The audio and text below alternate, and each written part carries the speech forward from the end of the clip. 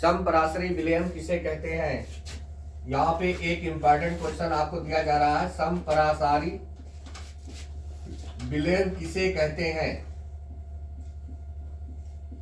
Class 12 chemistry वाले student इसको जरूर देखते रहें।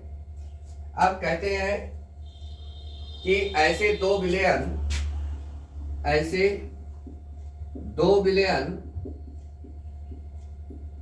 जिन्हें अर्धपारगम्य झिल्ली द्वारा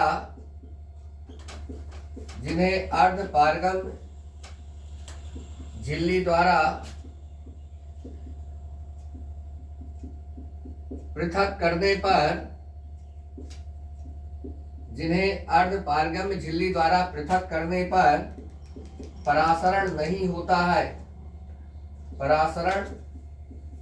होता है, उसे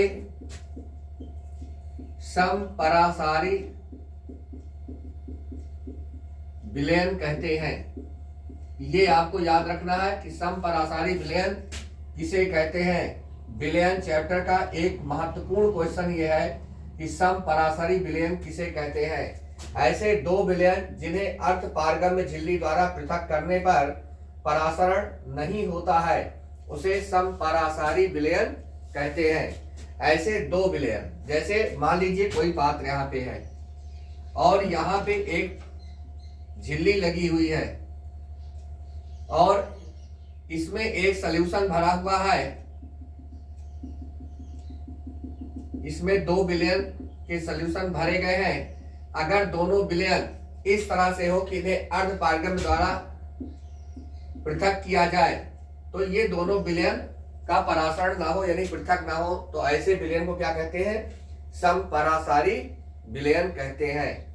ऐसे दो विलयन जिन्हें अर्धपारगम्य झिल्ली द्वारा पृथक करने पर परासरण नहीं होता है, उसे समपरासारी विलयन कहते हैं। और इसी के साथ हम आपको दूसरी हेडिंग भी बता दें, परासरण दाब किसे कहते हैं।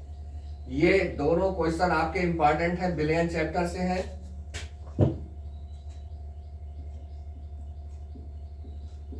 परासरण दाब किसे कहते हैं?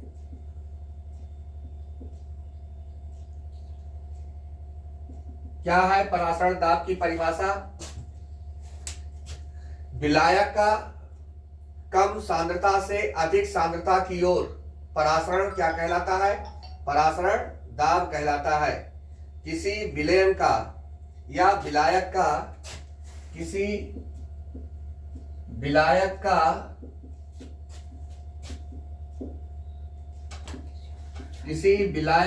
कम सांद्रता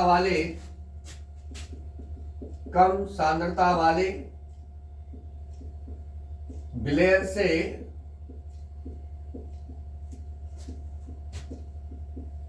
अधिक सांद्रता वाले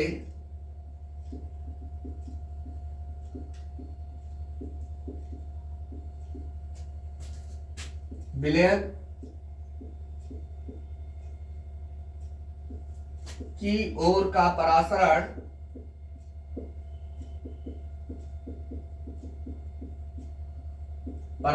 दाब कहलाता है। परासरण दाब कहलाता है।